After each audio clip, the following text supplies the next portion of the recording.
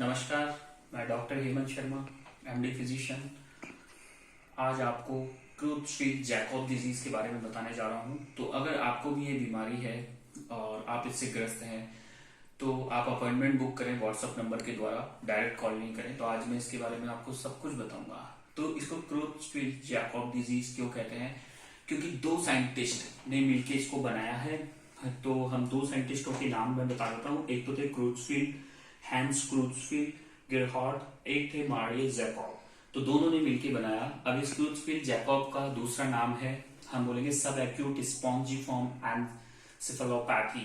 तो ये भी कहते हैं, या फिर इसको हम बोलते हैं neurocognitive disorder disease due to prion. Prions क्या होते हैं? ये इसका कारण होता है, जैसे कि फोल्डिंग होते हैं, प्रोटीन फोल्ड्स होते हैं हमारे ब्रेन में, तो वो फोल्ड्स मिसफोल्ड हो जाते हैं। फोल्ड्स मतलब जैसे ऐसे ऐसे फोल्ड है, फॉर एग्जांपल ऐसे ऐसे ऐसे ऐसे ऐसे फोल्ड रहना है ब्रेन में। अब वो मिसफोल्ड हो गए या अनफोल्ड हो गए। तो अनफोल्ड हो गए तो वहां पे म्यूटेशन हो गया, चेंजेस आ गए। तो अब वो आपको ये सिम्टम्स प्रोड्यूस करेंगे। अब अर्ली स्टेज होती है, एक होती है लेट स्टेज, एक होती है कॉम्प्लिकेशन। तो अर्ली स्टेज मतलब पहले जो आपको सिम्टम्स आएंगे वो क्या आएंगे?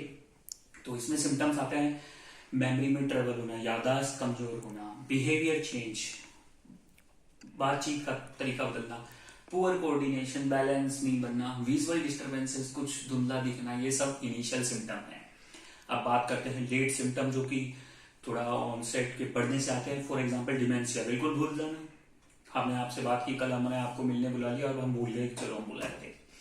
उसके अलावा मायोक्लोनिक जर्क आ सकते हैं, एबनॉर्मल अटाक्सिया हो सकता है, बिल्कुल डिफिकल्टी वॉकिंग, अंधापन भी आ सकता है, बिल्कुल दिखना बंद हो जाए, ब्लाइंडनेस, वीकनेस, थकान, कमजोरी आ सकती है, आप कोमा में भी जा सकते हैं, इवन डेथ भी हो सकता है। ठीक है, अब हम बात करते हैं इसका कॉम्प्लिकेशन क्या होगा। खांसने में दिक्कत, तो क्या होगा? एस्पिरेटरी निमोनिया हो सकता है। ठीक है, एस्पिरेटरी निमोनिया मतलब हम एस्पिरेट कर गए लंग में कंटेंट, तो उससे हमें निमोनिया हो सकता है। अब हम बात करें, यूजुअली ये जो बीमारी है 60 साल के बाद डेवलप होती है, पर कुछ केसेस में, अर्ली केसेस में भी देखी जाती है। ठीक है, अब इसका ऑनसेट ऑफ ड्यूरेशन है, बोलते हैं पुअर प्रोग्नोसिस है, पर ऐसा नहीं है। सिम्टोमेटिक ट्रीटमेंट कर सकते हैं, मोटिवेट रहिए, सारी चीजों का गुड प्रोग्नोसिस भी बनता है। पर जो किताबों में लिखा है वो मैं बता रहा हूँ। अब ये बीमारी किनको होती है? ये मैंने बताया प्रियॉन म्यूटेशन से होता है, अनफोल्ड हो जाते हैं प्रोटीन्स। अब उसके अलावा दूसरी चीज, ये फैमिली हिस्ट्री, दादा दादी या किसी को रही हो तो आपको भी आने के चांसेस होते हैं। अब इस बीमारी में हम बात करेंगे कि कैसे पहचानेंगे आपको ये है क्रोचफेल्ड-जैकोब डिजीज। तो इसमें बताया जाता था, कुछ समय पहले ये बीमारी बताई जाती थी कि इसके लिए जो बेस्ट डायग्नोस्टिक टेस्ट है दैट इज एमआरआई। पर अभी कहते हैं लंबर पंक्चर कीजिए, सीएसएफ फ्लूइड का एनालिसिस होगा, तो उसमें हम देखेंगे real time quaking induced conversion. ठीक है, तो इसमें क्या रहेगा कि हम protein elevated such proteins, RT Q U I C proteins हम देखेंगे, वो एलिवेटेड रहता है। एमआरआई ब्रेन हम देख सकते हैं, उससे हमें फाइंडिंग मिलेगा। इवन ईईजी कर सकते हैं। अगर कोई यंग पेशेंट है, उसको अगर ये क्रूथफील्ड-जैकोब डिजीज हुआ तो उसके लिए लंबर सीएसएफ एनालिसिस नहीं, उसके लिए एमआरआई ब्रेन बेस्ट है। पर ओल्ड एज में सीएसएफ एनालिसिस। ओके, तो एमआरआई ब्रेन पर अभी बताया गया है कि CSF analysis is more better. अब ईईजी भी कर सकते हैं हम पेशेंट का। ईईजी इलेक्ट्रोएन्सेफेलोग्राफी ब्रेन की एक्टिविटी को मेजर करने के लिए। तो उसमें हम क्या देखेंगे? एक पीरियोडिक शार्प वेव कॉम्प्लेक्स हमको दिखता है ईईजी के अंदर। ठीक है, तो वो भी ये बताता है क्रूथफील्ड-जैकोब डिजीज है ये। उसके अलावा अब हम बात करते हैं इस बीमारी का हम ट्रीटमेंट क्या करें। कई लोग पूछते हैं क्या इस बीमारी का क्योर है? तो मैं ये बता दूं, देखो क्योर नहीं है, पर सिम्टोमेटिक ट्रीटमेंट अवेलेबल है इसका, कि जो आपका क्वालिटी ऑफ लाइफ को मेंटेन रखे।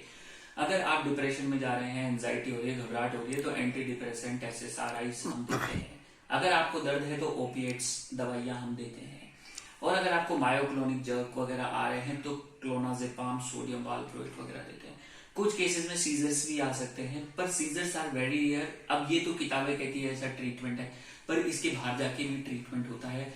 आपको पहले तो बीमारी का नॉलेज होना चाहिए, आपको क्या हुआ है। डरना नहीं है, जैसे लिखा हुआ है पुअर प्रोग्नोसिस से आउटकम अच्छे नहीं, ऐसा नहीं।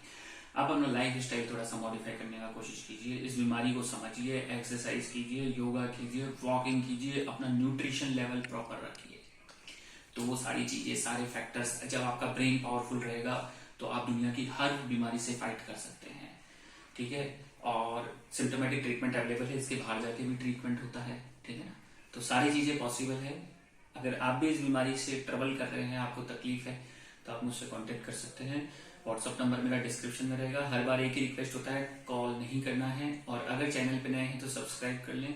और अगर आप किसी और बीमारी से ग्रस्त हैं और आप परेशान हैं तो उस बीमारी का नाम कमेंट बॉक्स में डाल दीजिए, मैं आपको उस बीमारी पे भी एक्सप्लेन करूंगा, वीडियो बनाऊंगा। लास्ट में थैंक यू, धन्यवाद।